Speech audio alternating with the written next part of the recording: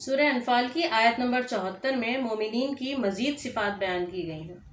ان میں ظاہری اوصاف بیان کیے گئے ہیں، اور جو لوگ ایمان لائے اور وطن سے ہجرت کر گئے اور خدا کی راہ میں لڑائیاں کرتے رہے، اور جنہوں نے ہجرت کرنے والوں کو جگہ دی اور ان کی مدد کی، یہی لوگ سچے مسلمان ہیں۔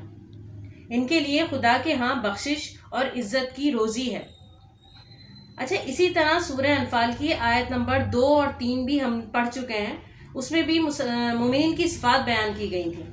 وہ کیا صفات تھیں کہ جب ان کے سامنے خدا کا ذکر کیا جاتا ہے تو ان کے دل ڈر جاتے ہیں، اور جب انہیں اس کی آیتیں پڑھ کر سنائی جاتی ہیں تو ان کا ایمان اور بڑھ جاتا ہے، اور وہ اپنے پروردگار پر بھروسہ رکھتے ہیں، اور وہ جو نماز پڑھتے ہیں اور جو مال ہم نے ان کو دیا ہے اس میں سے نیک کاموں میں خرچ کرتے ہیں، یہی سچے مومن ہیں۔ تو یہ تمام جو ہے وہ مومنین کی صفات ہیں۔ ہمیں دیکھنا چاہیے کہ ہم کس جگہ کھڑے ہیں۔ کیا واقعی ہم میں یہ صفات موجود ہیں؟ کیا واقعی ہم اس قابل ہیں کہ ہم مومن کہلائے جائیں؟